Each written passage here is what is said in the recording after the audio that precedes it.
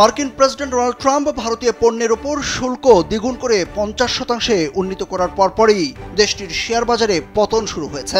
The Hindustan Times জানিয়েছে, বৃহস্পতিবার সকালেই সেনসেক্স সূচক 335.71 পয়েন্ট থেকে নেমে 80,208.28 দাঁড়িয়েছে। নিফটি সূচক 114.15 পয়েন্ট কমে 24,460.05 নেমে গেছে।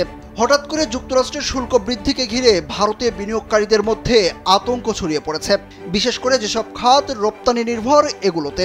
বিশেষজ্ঞরা বলছেন, যুক্তরাষ্ট্রের শুল্ক পরিস্থিতি দীর্ঘস্থায়ী হলে ভারতের জিডিপি প্রবৃদ্ধিতে 30 থেকে 40 বেসিস পয়েন্ট পর্যন্ত ধাক্কা খেতে পারে এবং দীর্ঘমেয়াদে এই ধরনের শুল্ক দেশটির অর্থনীতির গতি কমিয়ে দিতে পারে।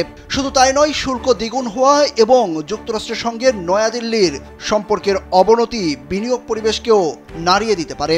এই অবস্থায় ট্রাম্প হুমকি দিয়ে বলেছেন, রাশিয়ার তেল কিনলে আরও অনেক দেশের ওপর কঠোর নিষেধাজ্ঞা আরোপ করা হবে। তিনি জানিয়েছেন, রুশ তেল কিনলে তার প্রশাসন আরও অনেক দেশকে সেকেন্ডারি স্যাংশন বা পরোক্ষ নিষেধাজ্ঞার মুখে ফেলবে।